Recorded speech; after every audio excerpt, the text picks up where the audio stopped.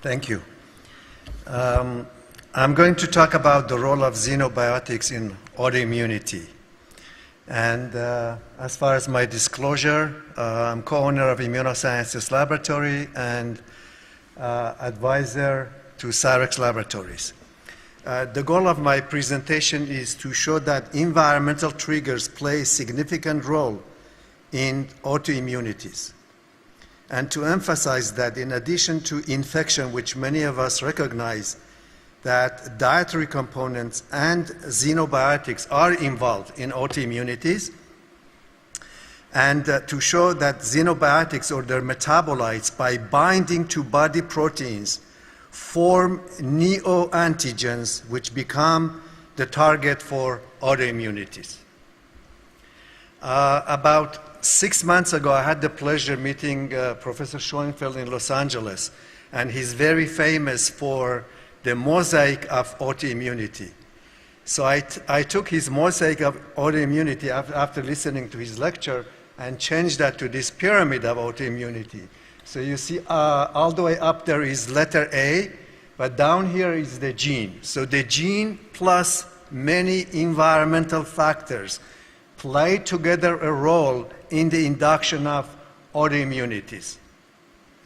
Of course, here we have IgA deficiency, hormonal factors, vaccines, but there are three major environmental triggers: infections, toxic chemicals, and also dietary components, which we'll hear about this later on from different speakers. So genetic plus environmental triggers, dietary components, toxic chemicals, and infection all together play a role in the induction of autoimmunities.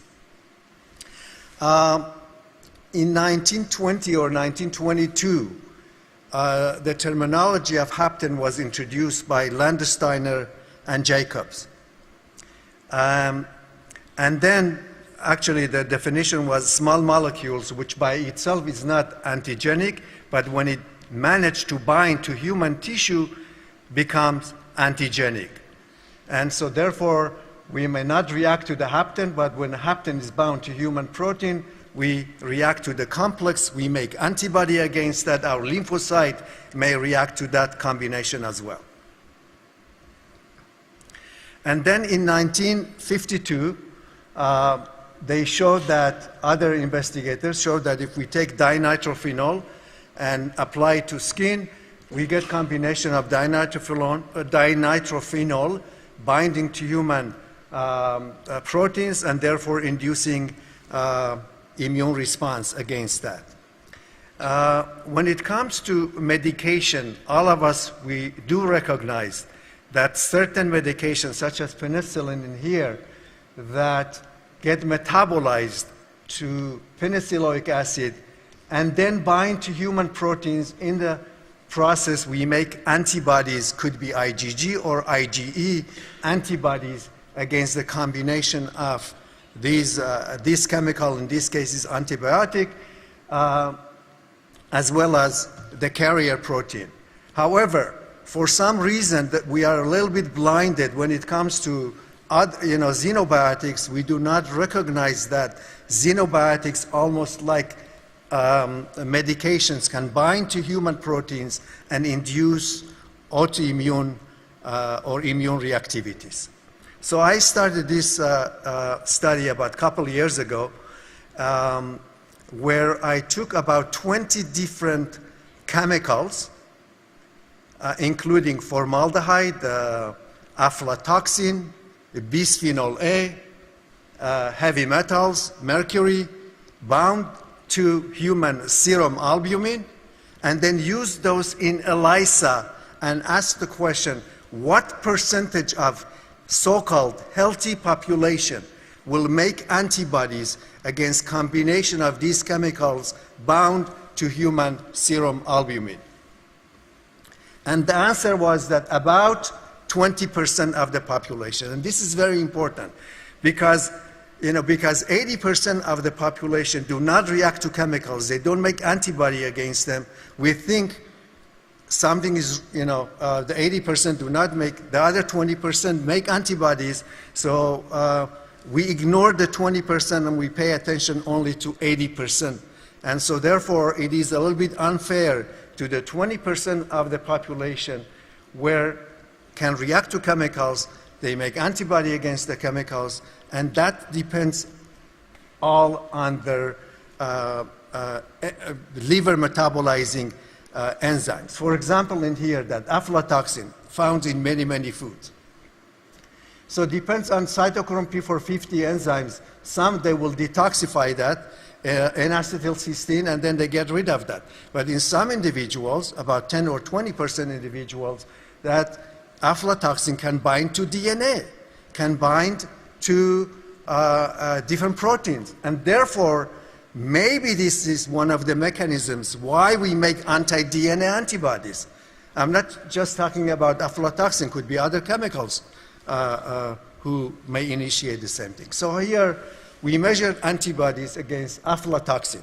And aflatoxin, in this case, bound to human serum albumin. We measured IgG, IgM, IgA. I'm going to show only the IgM in this case. About 17% of so-called healthy subjects made very high levels of antibodies against aflatoxin. Then we looked at bisphenol A, and this is an article from Science about a year ago.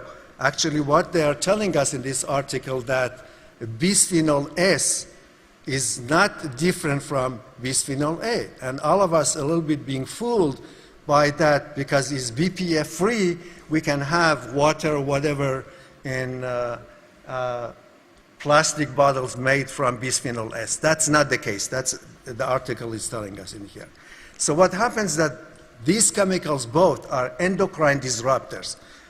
So if hormones, for example, bind to a cell, to cell receptors, right signals is going to be generated, and that will result in some kind of cell function. But if endocrine disruptor like this, the hormone mimics, will bind or interfere with the binding of the hormone, weak signal will go through and therefore interfere with cellular functionality.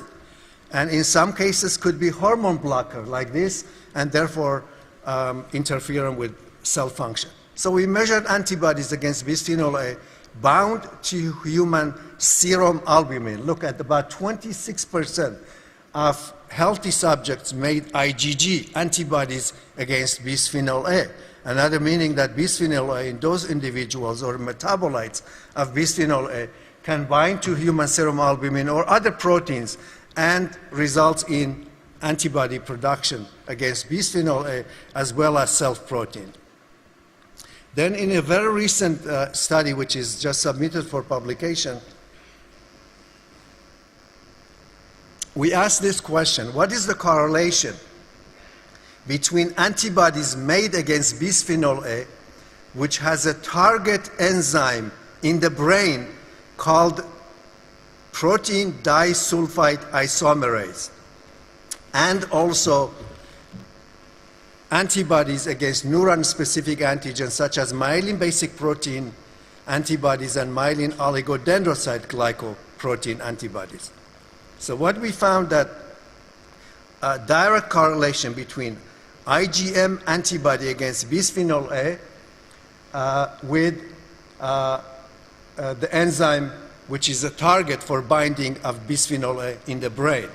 Similarly, we found a correlation between IgM antibodies against bisphenol A with myelin basic protein, and I'm not going to show you the data with myelin oligodendrocyte glycoprotein. So therefore, in here, we may explain that maybe bisphenol A and its binding to its target enzyme may be responsible for some of those antibodies, such as myelin basic protein or myelin oligodendrocyte glycoprotein we find in some patients with neuroimmune disorders.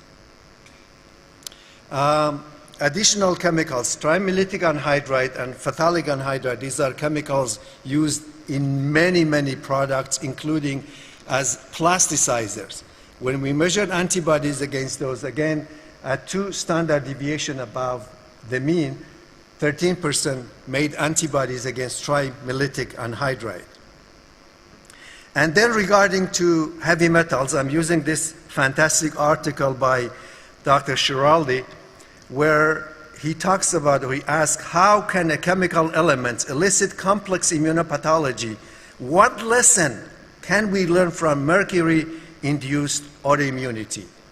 Earlier, my colleague here, Professor Steskal, made a presentation, and she was asking why we don't have the whole symposium about the role of environmental triggers in autoimmunity. I 100% agree with you. But also I have some disagreement with you. You, during your talk, mentioned that we cannot make antibodies against mercury. Only we have to culture lymphocytes in order to measure lymphocyte reactivity to mercury. But I'll show you that, yes, we can make antibodies against mercury if mercury is bound to human tissue proteins. So here, the study by Dr. Schiraldi, where he's showing actually heavy metals, in this case mercury, can penetrate the membrane, bind to nucleoproteins. Now, cells going through apoptosis, the nucleoproteins are released. Of course, mercury is bound to that. Antigen presentation, T-cell response, B-cell response, finally antibodies are produced against our own nucleoproteins as well as against mercury. And so therefore, we measured also antibodies against mercury, but this is another article from JAMA Neurology from a month ago. They showed association of seafood consumption with brain mercury level. Why this is so important and why am I presenting this? Because it shows that chemicals are not in and out, maybe in 80% of the population. But in 20% of the population, some of these chemicals can even get into the brain, particularly where? In the cerebellum. So therefore, that cerebellum now could become a target for autoimmune reactivity at least, and then a target for autoimmune disease in the future. So we measured antibodies against mercury bound to human serum albumin, and we found to be elevated in 14% of healthy subjects. Then we took mixed heavy metals such as nickel and cobalt and others. We found 16% of healthy population reacting to that. Then I'm sure all of you are familiar with Asia that was introduced by Professor Schoenfeld, where he is concluding here that the data here illustrate the critical role of environmental factors in the induction of autoimmunity. Indeed, it is the interplay of genetic susceptibility and environment that is the major players for the initiation of breach of tolerance. Why am I presenting this? Because from this I would like to show you some data about aluminum, which is part of the vaccines. And here, reaction or immune reaction against aluminum hydroxide bound to human serum albumin. 16% of healthy subjects reacted to that, and 11% reacted to aluminum acetate. And so therefore, these haptenic chemicals can bind to human tissue and induce antibody production against the haptenic chemicals as well as to human tissue. And then in relation to food colorings, I have a couple of slides from my colleague, Dr. Lerner, in relation to in very elegant studies that he showed that elevation in autoimmunities correlate with the increase in the use of food additives and many other chemicals in the environment. So that's why I'm showing here that immune reactivity to food colorings, it is possible. In fact, here we took just atrazine and other food colorings, which, by the way, are classified as carcinogens, but for some reason still is in our food, that individuals can react and make antibodies against food colorings bound to human serum albumin. And in this experiment, this is not my experiment, that they took bovine serum albumin, they added an enzyme to it. Within an hour, almost 90 to 100% of that BSA was digested. But when they added food coloring to the same protein and added the same amount of digestive enzymes, that protein was not digested within an hour, even not 2 hours, not 4 hours. It took 8 hours to digest the same protein which was bound by food coloring. So therefore, if sometimes that you wonder why your digestive system is not working well, maybe food colorings to be blamed for it.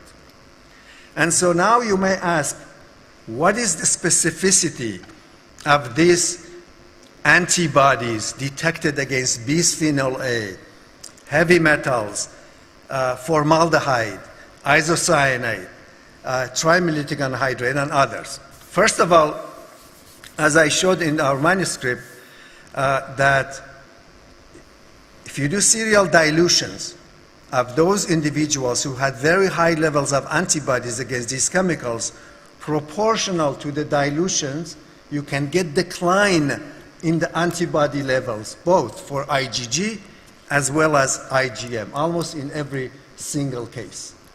So that's one indication, but that's not enough. Secondly, we did inhibition studies, meaning if we take unrelated protein and add to the serum, and then we look for inhibition versus the specific antigens, you see that non-specific proteins caused about from 0 to 11% inhibition of antigen-antibody reaction, but when we added the specific antigens, we found between 60 to 79% inhibition. So therefore, these antibodies are specific, and about 20% of healthy subjects in this case made antibodies against varieties of chemicals we used in our study.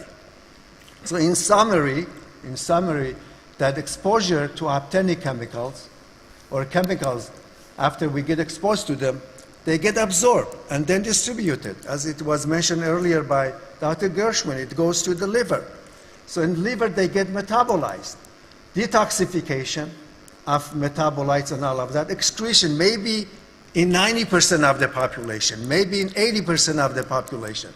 But in 10 or 20% of the population, parent compounds or metabolites can react to our macromolecules and form adduct with our macromolecules, and then we react against those macromolecules. Our lymphocyte will react to that. We'll have B cell memory, we'll have T cell memory, and then also will produce antibodies. And so therefore, my message from this presentation is, please, because 80% of the population can get rid of the chemicals, can metabolize them, that doesn't mean the other 20% are crazy. The other 20% have different enzymes, cannot metabolize these chemicals, and therefore they may be, are going to be the target for autoimmune disease in the future. Now the next step is to apply this kind of data, measuring antibodies against various chemicals in different patients with autoimmune diseases, which we are in the process of doing so. Thank you.